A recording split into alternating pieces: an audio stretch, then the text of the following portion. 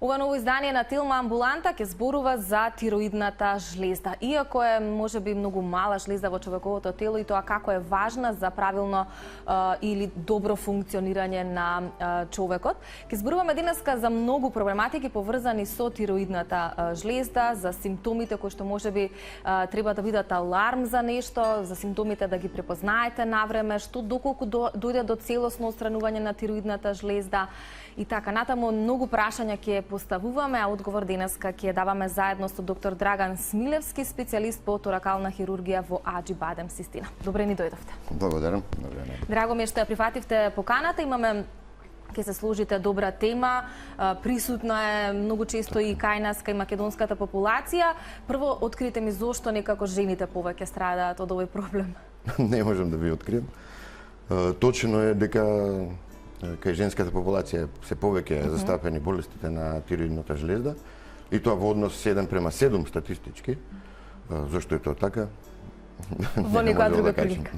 Така. Какво е нивото на информираност кај нас генерално во Македонија? Дали луѓето некако доаѓаат навреме на преглед или секогаш е тоа во некоја подоцнежна фаза кога веќе имаме развиена состојба?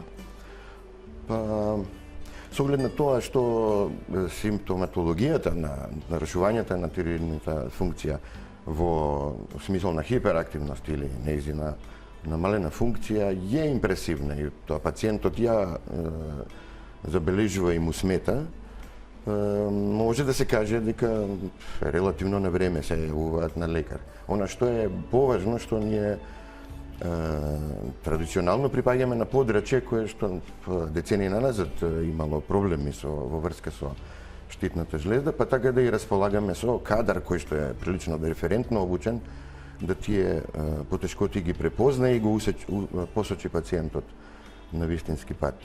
Така да информираноста на пациентите овде би било на точка број 2. Битно е дека лекарот кога ќе препознае симптоматологија која што можеби наликува на потекло од тироидната жлезда, го усмерува на вистинскиот пат.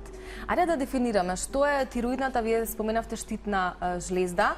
Зошто штитна? Навистина штити некој дел од... Не, затоа што има облик. Така? Добре, каде се наоѓа, зошто е важна за правилното функционирање на човековото тело, а додека ви објаснувате, јас ќе побарам од режија да пуштиме и инсерти, еден видеоматеријал за да добиете целосна слика. Вие рековте на почетокот дека е тоа мала жлезда и навистина е мала.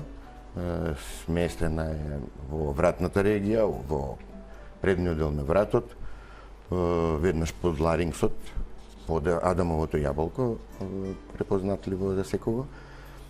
Составено е, има облик на пеперутка, составено од два дела, лев и десен лобус, лев и десен резен, кои што меѓусобно се споени со еден мост од тироидно ткиво, а сето тоа ја држи во преграда ка дишникот, значи трахејата, главниот дишен пат. Иако мала, е од исклучителна важност незината функција, она е ендокрина жлезда, значи дека своите хормони ги вбризгува директно во протокот, кои што се буквално од есенцијално значење за метаболизмот на целото тело. Значи, секоја келија од човековиот организам има потреба од тироидниот хормон за да може адекватно да искористи енергијата и да ја обави својата функција.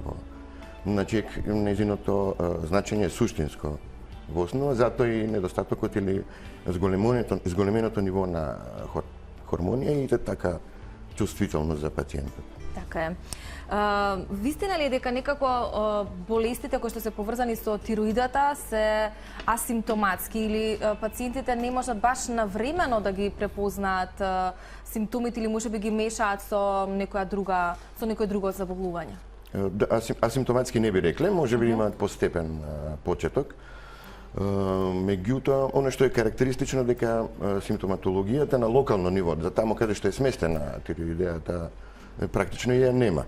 Баш заради тој ефект на тироидните хормони врз организмот, системски се чувствуваат проблемите. Значи, дали тоа срцебиење кај токсичните тироидеи или успореност, поспаност, немотивираност кај намалената функција, тоа е забележливо како системски симптом.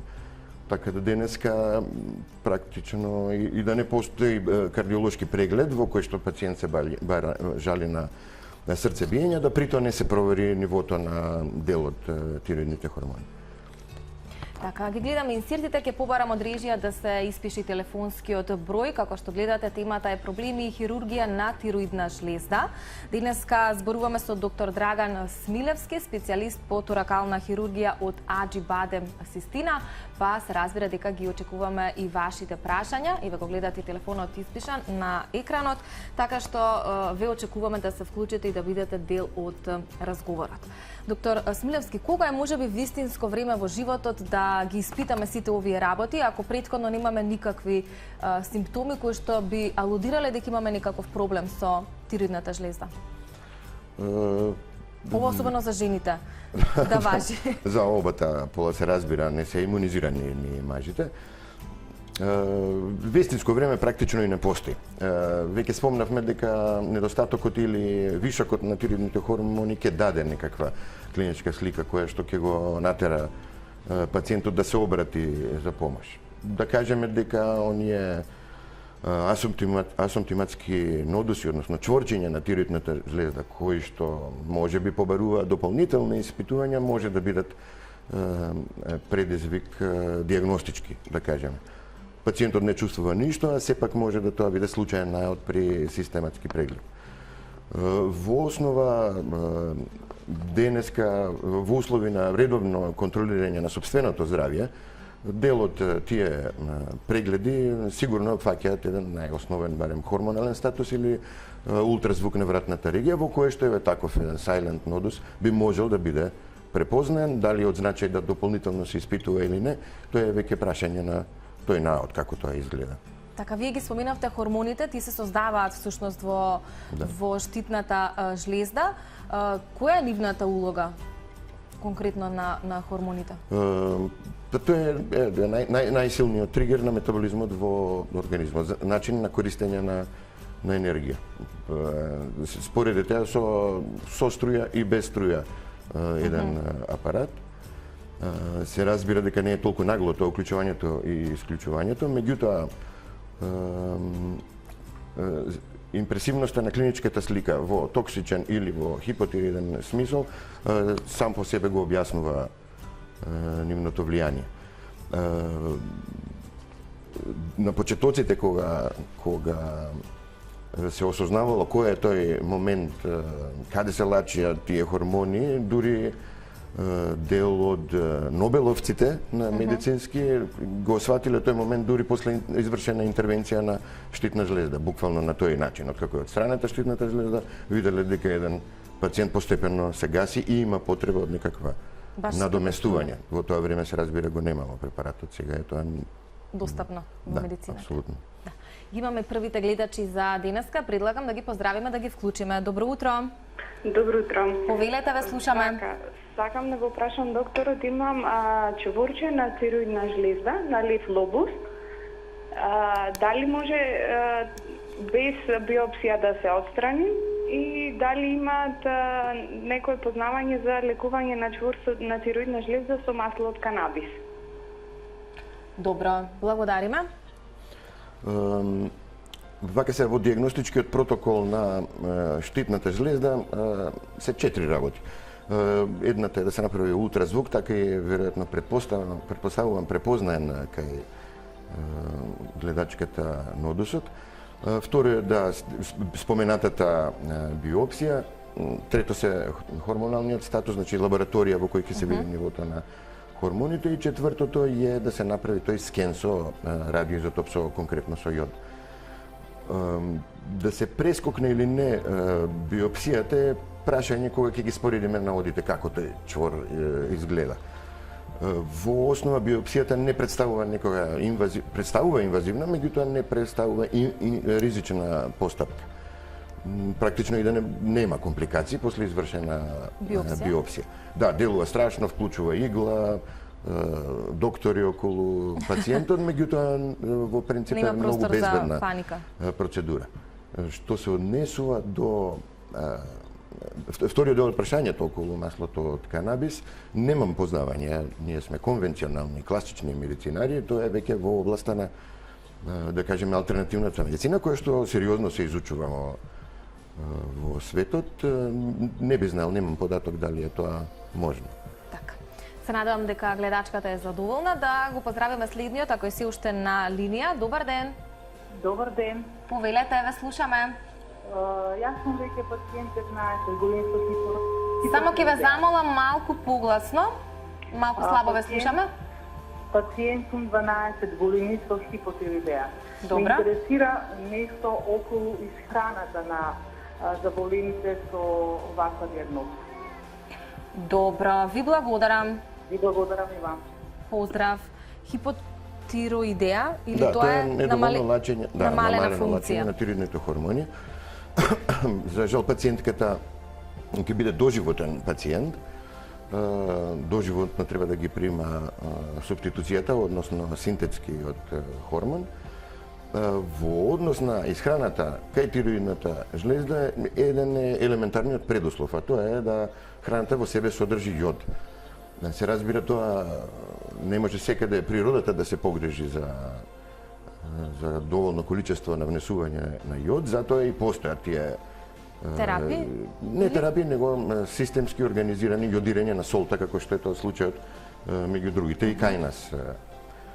За да човекот прими доволна количина на јод. Меѓутоа, денеска сме 2017 година и солта е дефинитивно јодирана кај нас, така да пациентката која што сега се јави дефинитивно прима доволна количина на јод. Проблемот кај неа е на локално ниво, жлездата не е синтетизира, од некоја причина ги има повеќе доволна количина на хормонот. Така да никоја препорака во смисол на исхраната јас немам да ја дадам на пациентката, а дека треба да си ги и ќе ги консумира доживотно. За среќа, субституцијата на хормонот на тироидната жлезда е едноставно се дозира, се прима еднаш дневно, препорачено наутро. И не, сакам да кажам, не го прави човекот да се чувствува као пациент, некој тежок. Така. Еднаш дневно е дозирањето. Така. Да го поздравиме следниот. Добар ден. Повелете. Ало, добар ден. Ве слушаме, повелете. Поздрав до вас и поздрав до докторот. Поздрав. Мата сум узбудена, али би сакала докторот да го прашам.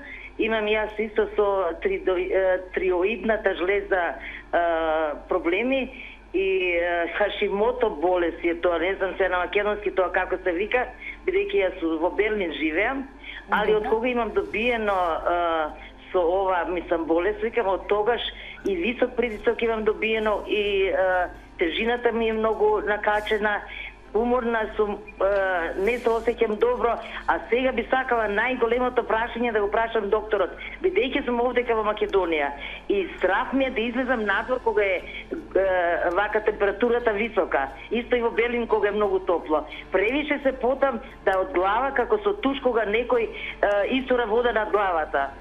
Дали тоа има исто, мислам, значај со тироидната жлезда? Добро. Мислам, килажата и све тоа, мене ми рекол во Берлин дека све утиче на тоа. Така, дека се е всушност резултат на проблемот кој што го имате со тироидната жлеза. Ви благодарам многу за прашањето, ќе добиете одговор, се разбира, во продолжение. Овие симптоми кои што ги спомена гледачката се карактеристични, така? Да, точно. Ако колегите испратолкувале дека се од тироидно потекло, они ги имаат резултатите нејзини во увид, али е многу можно. И вака телефонски е многу можно да тироидата даде таква симптоматологија. Хашимото тироидитот е непреведлив, тоа е јапански Мислам дека и кај нас Хашимото си постои тоа. Се користи тој назив.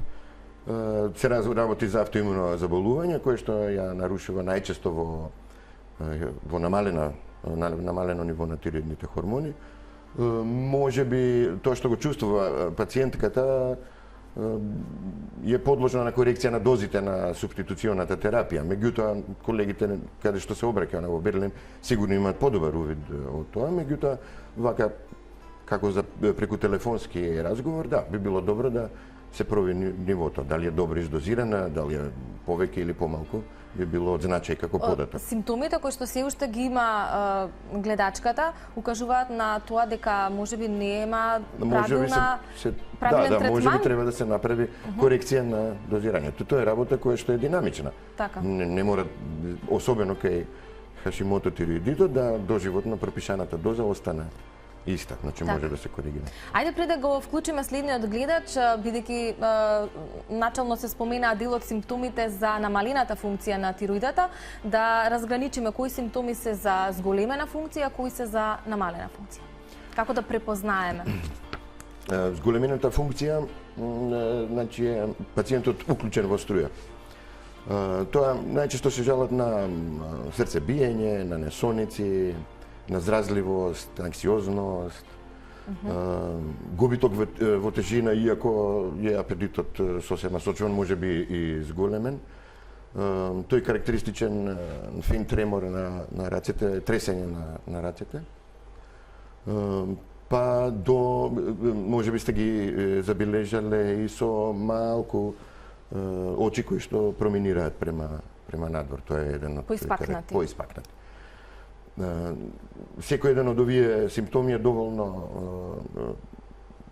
го нарушува комфортот да човек го тера да оди на лекар. Тоа е едната екстрема. Втората е кога е намалено нивото на тироидните хормони, тогаш одиме спротивно. Значи тогаш е пациентот адинамичен, сонлив, нерасположен, околу системските ефекти со срцето и не толку важно, меѓутоа зголеменото потење како што го спомена гледачката? Тоа оди повеќе во прилог кон покаченото на ниво на. Така да и во едната и особено се важни и податоците во дали некој во семејството боледува. Наследно е? Да, дефинитивно има генетска предиспозиција? Има, тоа генетски не е докажан локусот како за дел од тироидните карциноми, меѓутоа постои runs in the family, значи ако го имате во семејство заболен, можно и забележите, е доволно добар знак да се запали алармот. Така, да навреме се открие ако ништо друго. Ајде да ги поздравиме следните кои што не чекаат. Добар ден. Дали се слушаме? Да, повелете. Добро утро. Имам две прашања. Добро утро. Слободно. Првото прашање е во однос на аденом на тироидната жлезда. Мојата керка на 17 години е оперирана половина лобус и е отстранет од тироидната од аденом. И пред операција и постоперативно нивото на хормоните беше во нормала, меѓутоа го прима еутироксот како субститут и препорачано ни е доживотно да го прима, за да се заштити другиот лобус од создавање на повторно на аденом. Дали е потребно да го прима доколку нивото се одржува на долна граница на тироксинот, затоа што имаше период кога еден месец не пиеше и немаше никакви промени во однос на хормонот. А второто прашање е за Хашимотото. Тука веќе син ми го има тој проблем. Антителата му беа 1040, што беше многу повеќе од нормалната граница на дозволеност. И веќе 2 години правиме на 3 месеци контроли, го контролираме нивото на хормоните и хормоните сте во ред, во граница на нормала. Антителата варираат, се спуштија на 400, па на 600. Тука се движат. Сега докторот не ни препорачува никаква терапија, го следиме, се до оној момент додека не се појави промена на хормоните. Ме интересира дали доколку не се превземе ништо во оваа состојба моментално како што е со волку високи антитела, би имало некакви последици по него без додаток на субституциона терапија. Благодарам. Ви благодарам. Ајде, две малку поопширни прашања да. Што се однесува до аденомот и делумно од страната тироидна лобус, делумно од страната лобус на тироидната жлезда, би требало, ако другиот лобус е здрав и имаме дел од оперираниот оставен во поле, би требало да за одредено време ја прифати остатокот од тироидната функција да го излачи доволната количина на тироидни хормони. Меѓутоа тоа не значи дека во тој ран непосреден постоперативен период, тоа е отприлike месец и пол од операција, тогаш се прави пресек на кое ниво се хормоните и дали на пациентот му се потребни поддршка од субституција. Тоа што сега девојчето прима субституциона терапија не мора да значи дека ќе биде доживотна. Значи ќе се прават контроли. Ако нивото на неизмно создаден тироиден хормон е задоволителен, таа субституција ќе биде исклучена од терапија. Повеќе, вториот пациент, значи синот на пациентката, ако добро разбрав, Со Хашимото. е кандидат, он е во моментов со еутиротичен, значи има нормално ниво на хормони, меѓутоа има едно хронично воспаление на штитната жлезда, кое што е од автоимун карактерен. Тука не можеме нешто многу да помогнеме, веројатно тоа ќе го има за живот. А кај Хашимотото знае да оди кон во одреден стадиум од болеста да оди кон намалено ниво на тироидните хормони. Така да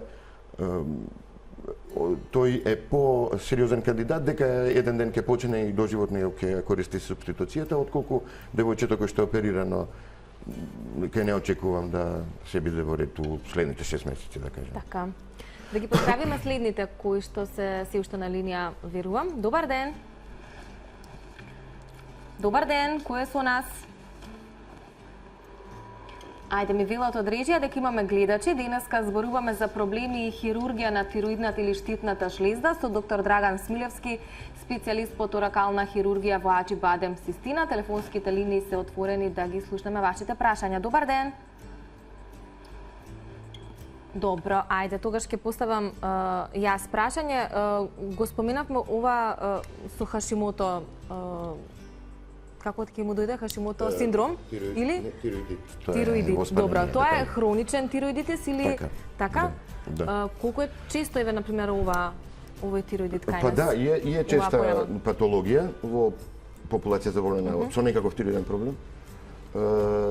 Се работи за автоимуно заболување, што значи тоа дека организмот не е нападнат од надворешна средина, од некаков агент надворешен, него е грешка во одбранбениот систем.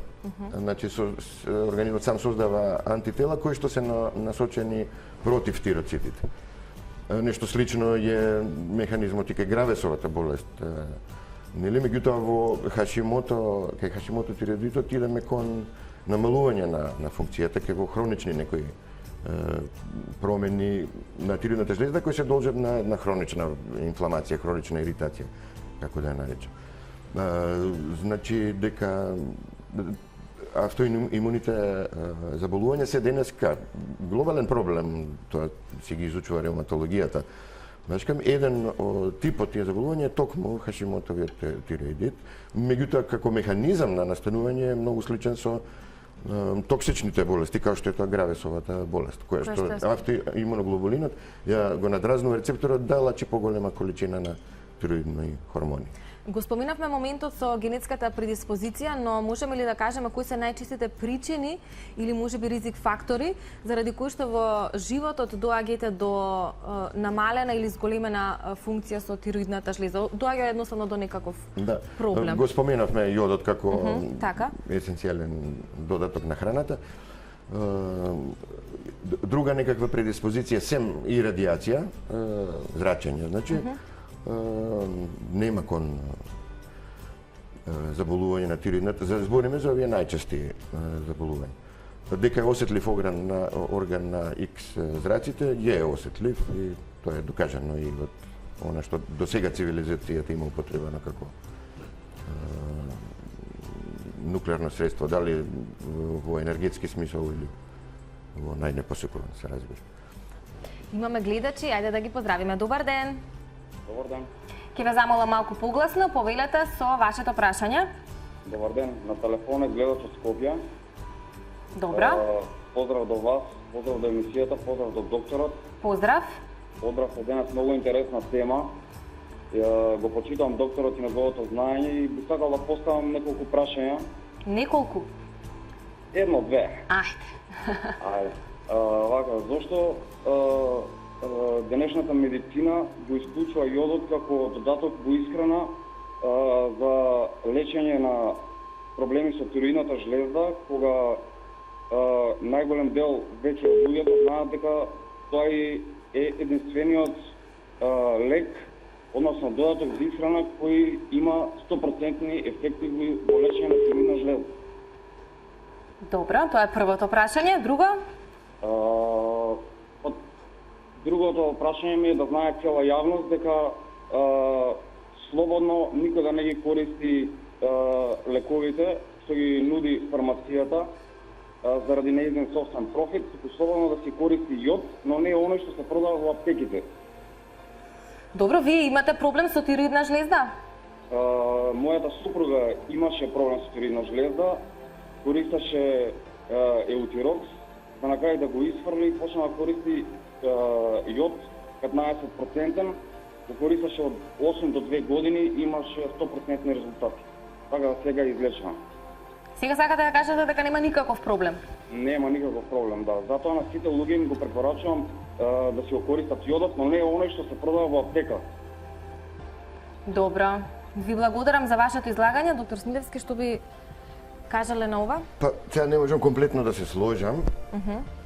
Прво, јодот не го користиме ние за лекување на тироидната жлезда. Идејата околу консумацијата на јодот е да се внесе доволно количина на јод како јон за да може штитната жлезда да синтетизира хормон. Еутироксот е тој синтетската замена за тироидниот хормон. Дали пациентката ја коригирала функцијата на тироидната жлезда со употреба на јодот, кој што за мене не е познат, јас сум и хирург, не препишувам многу лекови за тироидна жлезда, или тироидната жлезда сама по себе после извесен период сија надокнадила својата функција, сега е прашање кое што е предмет на дискусија. Меѓутоа, пак ќе кажам, јодот ни е потребен како елемент за да се синтетизираат хормоните, а не лекуваме со него ништо, а напротив, екстремно внесување на јод сигурно не е безазлено, особено што ние кога ги спремаме пациенти за хируршки третман, ние од многу голема важност да нивото на хормоните бидат на нормално ниво или што поблиску до нормалното, затоа што и за време на хируршката интервенција ние испомпуваме голема количина при манипулација со ткивото на тироидните хормони во крвта, што може да доведе до системска компликација, тоа се вика тироидна бура, значи да ги потенцира сите овие симптоми што веќе ги споменавме на токсичност во постоперативниот период. Така да тоа е баш еден деликатен баланс на работите, не е така едноставно дека може секој да ги издозира, со полно почитување према искуството на гледачот. Меѓутоа, нашата доктрина укажува дека препарати се за користење, ако лекар ги препорача, се разбира. Така. Споменавте дека сте хирург, тоа го споменав и јас неколку пати во денешната најава. Кога е неопходно да се направи оперативен зафат и дали често имаме ситуација кога веќе се прави операција целосно да се отстрани тироидната жлезда? Каков е животот потоа без тироидна? Секако дека тироидната хирургија си има своји индикации, тука како и секоја друга област од хирургијата. Да се отстрани цела тироидна жлезда е тоа најчесто кај малигните заболувања. За среќа, животот без тироидна жлезда и не е така тежок денес, од причина што хормонот е достапен и е многу едноставен за дозирање и Тоа исто така доживотна терапија? Доживотна е терапијата, тука веќе немаме, штом нема тироидно ткива, нема кој да го создаде хормонот. Така да во клинички смисол многу е поедноставно да издозирате субституционата терапија, отколку да контролирате една токсична тироидеја која што е, да кажеме, рефрактирана на конвенционалната терапија. Така да луѓето си живеат нормален живот, немаат никакви ограничувања, ако олимписки спорт е нивна дисциплина, И тоа може слободно. Да. После колка временски период по операцијата може да се вратат луѓето и на секојдневието и нормално функционирање? Вака, во принцип, оно што го прави хирургијата се поднесува многу добро од страна на пациентот, затоа што не се отвара голема човекова празнина, како што е граден кош или стомак или така да операцијата се поднесува добро. Пациентот е мобилизиран прв постоперативен ден, се храни нормално, пие нормално, се движи нормално, краток престој во болница. Она што како ефект врз хормоналниот баланс го прави операцијата се осеќа тек после 1 месец до месец и до 6 недели, кога се прави првата постоперативна контрола и кога се проценува дали на пациентот му е потребна некаква поддршка од субституциона терапија. Така да, доколку има потреба за такво нешто, пациентот може на долги стази, значи во тие 6 недели да осети замор, поспаност, Так, некакви симптоми ќе се појават. Да. Конкретно ако хирургијата не носи таков дисбаланс, не донесе таков дисбаланс, пациентот се осеќа нормално уште од прв ден, некоја минимална болка во првата недела. Така, тоа е до некади нормално после оперативен Апсолутно, да. зафат. Да. Да ги поздравиме следните. Добар ден. Дали се слушаме? Добар ден. Добар ден. Повелете, во програма сте. Може ли со доктора? Да, може. Ајде ве слушаме и јас и докторот. Повелете. Да. Вака, во левиот лобус на тироидната жлеза се гледа хетерогенен надул со димензии од околу 2,10 до 0,80 см со оксутна перионална васкулизација. Дали има нешто за да се отстранува на тироидната жлеза това или не? Добро. Да, се уште е рано за да донесеме дефинитивна одлука. Ова што пациентката го прочита е ултразвучен наод и од ова што го слушнав, да, дека треба да го доврши протоколот на диагностицирање. Значи, кај таков вид на нодус, особено би не била важна покрај хормоналниот статус и тенкоиглената биопсија и скенот со јодниот изотоп, затоа што тој ни дава меѓу другите работи функционално како стои нодусот, значи дали е тоа топол чвор кој што синтетизира хормон или е ладен, односно неактивен. Во тој случај таков вид на чворче нам ни пречи. Такво солитарен ладен чвор го препорачуваме за хируршки третман. Мораме да знаеме за што станува збор, ако, да кажеме, биопсијата ни даде одговор, онда планираме дефинитивен хируршки третман. Ако биопсијата е недецидна, онда би го чекале хистолошкиот наод од хируршката интервенција. За да се одреди што и како понатаму, така. Добар ден за следниот, повелете. Добар ден. Ве слушаме. Поздрав. Поздрав. Имав контрола, ехо контрола, значи на тироидна жлезда. Налазот беше нехомогена жлезда. После тоа направив анализа на хормоните, тие беа во граници. Па ми интересира што би значило тоа нехомогена и како ќе би се понашала понатаму, ако има некој проблем. Добро, благодариме. Да кажеме дека е тоа до некаде нормален наод. Структурата на жлездата, кога се вика хомогена, значи дека од почеток до крај има некаков еднаква густина. Тоа што ултрасонографски зборува за нехомогеност, не мора да значи присуство на некаква, особено кога имаме нормално ниво на хормони, не мора да значи дека некаква болест тамо се крие. Ако пациентката редовно си се контролира, мислам дека нема ништо да нема да има никаков проблем. Така, дали имаме следни гледачи? Добар ден. Добар ден. Повелете, ве слушаме. Да. Сакам да една голема благодарност до докторот Смилевски, зашто е оперирал мојата керка и што сега е добра Ивана, моментално ке него е во болница. Тука е неговата мајка. Голема благодарност, голема човечност од негова страна, голема хуманост. И он е прекрасен човек. Во сите моменти беше уз мене. Фала ви многу, докторе. Долг Благодарам на живот и успешна кариера. Благодарам. Ви благодарам за вашето вклучување. Се надеваме и посакуваме здравје за вашата кирка. Дали имаме следен гледач? Да, Добар ден, повелете. добар ден. Повелете. Оперирана сум од аденома фоликула и гландуле тироидеа. Да, Добро. Резултатот после тоа е добиен. Значи 4 недели како сум оперирана.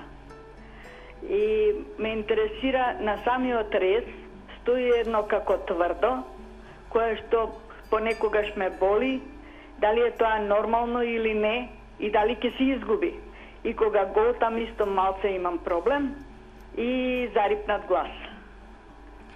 Благодариме. Останете на Тилма. Значи, нема никаков проблем. Жената по сите три точки е одлична. Овој глас што го слушнав е одличен. Да, може после хируршки зафати на тироидната жлезда да има транзиторна засипнатост, затоа што тука имаме нерви кои што баш се одговорни за гласните жици. Меѓутоа, и доколку она го чувствува за различен гласот од пред операција и сега, тоа значи дека ќе се коригира. Она зборува одлично и се уште е ран постоперативен период, тоа ќе се коригира. Зборува супер, тука нема да има проблем. Она што Со тврдото околу раната е исто така сосема нормален наод, дека зборуваме за 4 недели месечини после операција. Тоа се уште трае процес на зараснување, тој не завршува со вадењето на конци 10 ден. Туку трае неколку месеци. Така да таа тврдина е исто минлива. Комплетно ќе се опушти и раната и околината околу раната, и голтањето го спомна, што исто така е само рана реакција на еден ран постоперативен период, се уште си 4 недели, односно и самата хируршка интервенција е во вратната регија и за време на општата анестезија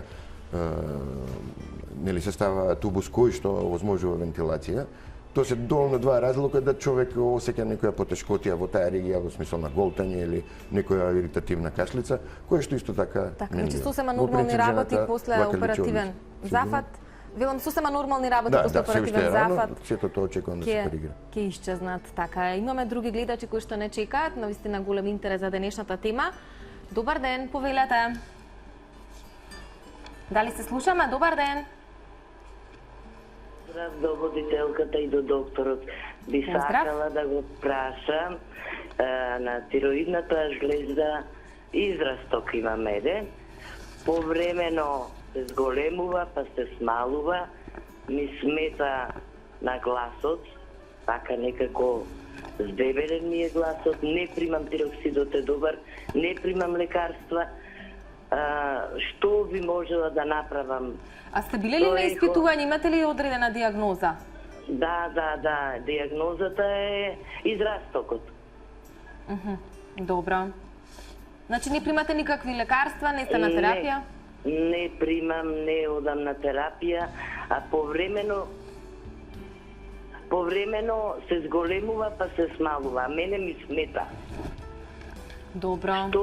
Што можам да направам, кај можам да го најдам докторот? Да, тоа е доволно добар податок, значи да би направила едно ехо, ако не би. Така, ви благодарам, сега ќе добиете образложение. Значи во принцип тироидејата ретко дава болестите на тироидејата, ретко дава локален проблем. Ама жената е тука децидна дека нејзи пречи. Така да сега треба да видиме, жената си се обратила на доктор, има некоја медицинска документација, да видиме што недостасува. Значи ги спомнавме веќе 4 работи кои што се прават кај заболувањето на тироидната жлезда. Не е лошо да тоа го завршиме. Значи она може да се обрати кај нас, ние располагаме со апсолутно целата диагностика потребна за ова. Така да, доколку и причина жената и доколку причина установиме дека причината за тој дискомфорт представува тој јазол, нема зошто да го чува понатаму.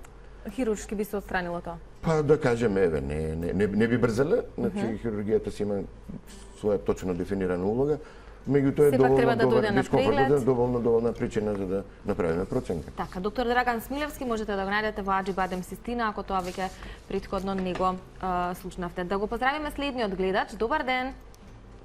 Имаме уште неколку минути до крајот на ова денешно издание. Добро, ми вела дека се исклучил. Доктор Смилевски, колку е честа појавата на карцином на тироидна жлезда и еве што вели искуството ваше конкретно за нашата земја, дали најчесто луѓето доаѓаат во некоја поразвиена фаза на карциномот или како? Па за среќа најчестите видови на карцином на тироидната жлезда не се фоликуларниот и папиларниот, кои што спаѓаат во група на добро диференцирани. За среќа се лекуваат одлично.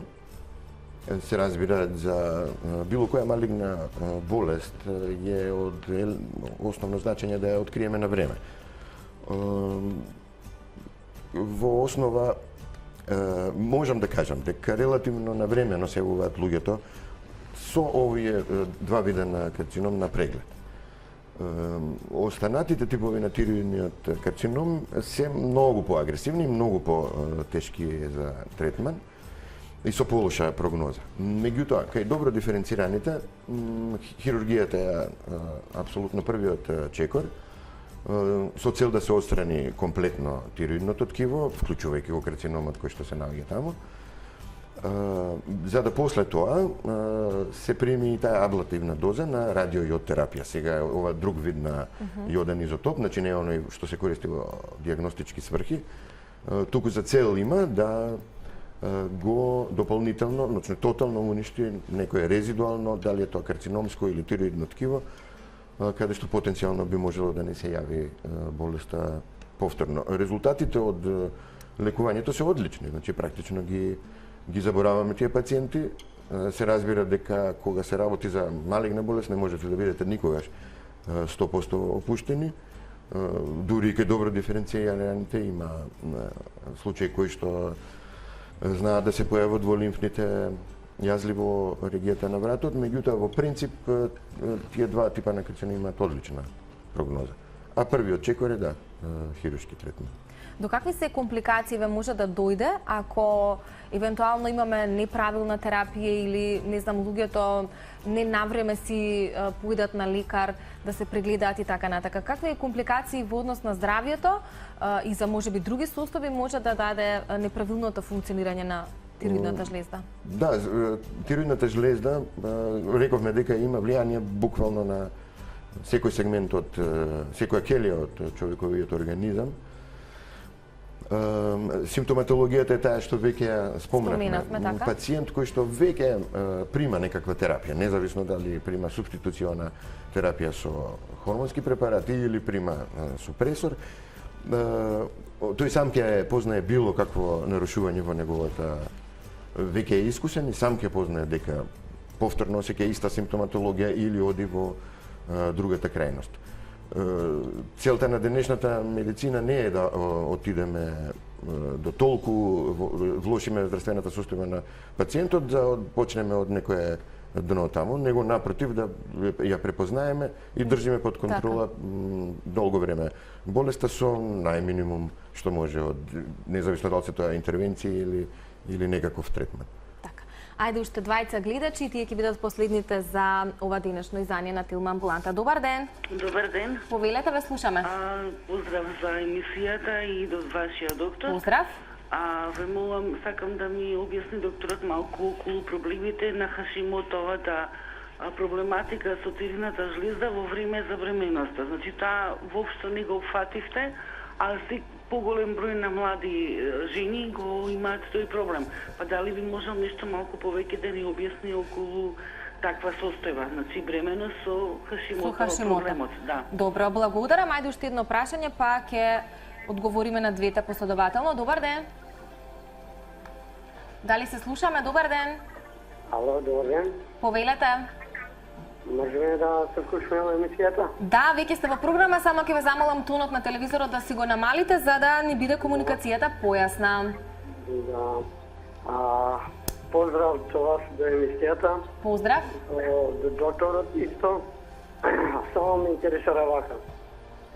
Дали со ова тироидната жлезда мора со хирургски зафат за да се намали или да се оздрави, или како преска што слушнаме еден гледач дека неговата сопруга со јодот со 15% се излечила за 8 години и да не се земат од фармацевт.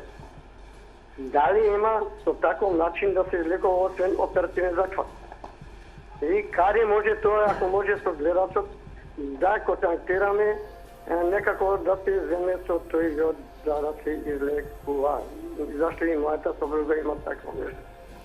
Добро, господине, ви благодариме. Ние и претходно, ако сте го гледале разговорот, го споменавме, односно, веројатно сте го слушнале излагањето на докторот во однос на тој дел за јодот, но си како ќе дадете повторно ваше мислење. Ајде малку за Хашимото за време на бременост. Да, тоа е одлично прашање.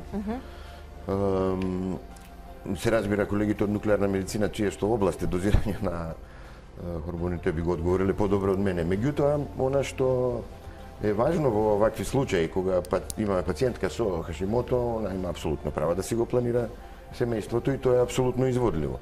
Она што може да за време на бременост да се случи е дека да се коригира дозата на препаратот, затоа што зборуваме ако Хашимото тироидитот дава намалена тироидна функција. Може би за време на бременоста ќе треба да зголемиме дозата на еутироксот. Само може би. Иначе тоа се контролира и проценува дали има потреба од такво нешто.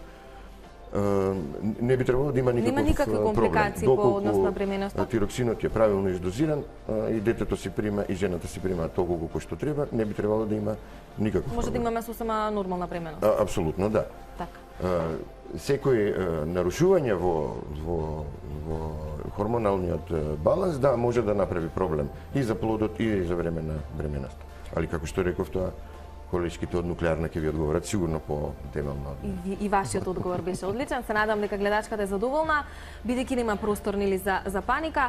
Ајде уште еднаш вашето мислење во однос на тоа дали секогаш е потребен оперативен зафат или не кога имаме проблем со тироидна жлезда и да го прокоментираме моментот со јодот, 14-15% јод спомена претходниот гледач. Ни приближно, значи не е потребна сегде хирургија. Точно се знае каде е потребна хирургија. Како и за било која хируршка област. Ние мораме да сме 100% сигурни дека со таа интервенција која што е сепак некаква инвазија врз организмот, му правиме бенефит на човекот. Значи не лечиме се со операција дефинитивно и ние голем дел од емисијата ја посветивме на сосема други видови на третман отколку хирургијата. Пак ги кажам, тој магичен третман со јод од 15% колку за мене е непознат. Морам да бидам скептичен во тој смисол, затоа што ништо од ова работа која што колегите работат на одделот за нуклеарна медицина не е едноставна. Значи тоа не е нималку лесно да, иако се во прашање таблетки, не е едноставно да вие му овозможите со еден таков моќен хормон на човека да живее нормално. Пак ќе кажам, веројатно тоа поле сосема друг вид на медицина кој што треба да го изучи со полно почитување према тој дел, меѓутоа јас стварно немам искуство околу такви препарати од 15%. Така. За финиш, вашиот совет во однос на превенција, како постои, можеме ли воопшто да превенираме болести на тироидна? Не можеме. Кај нас системски го имаме решено јодирањето, друг чекор сем редовни контроли, прегледи. Нема што човек да прави повеќе. Ви благодарам многу за убавиот разговор и за корисните совети кои што денеска ги дадовте за нашата публика. Заокруживме уште едно успешно, ќе речам, издание на Телма амбуланта со оглед на големиот број на гледачи кои што успеавме да ги вклучиме, оние кои што не успеавме за жал и времето ни е толку, можеби во некоја наредна прилика. Знаете дека секогаш велиме да си го чувате здравјето бидејќи тоа е најважното. Останете на Телма.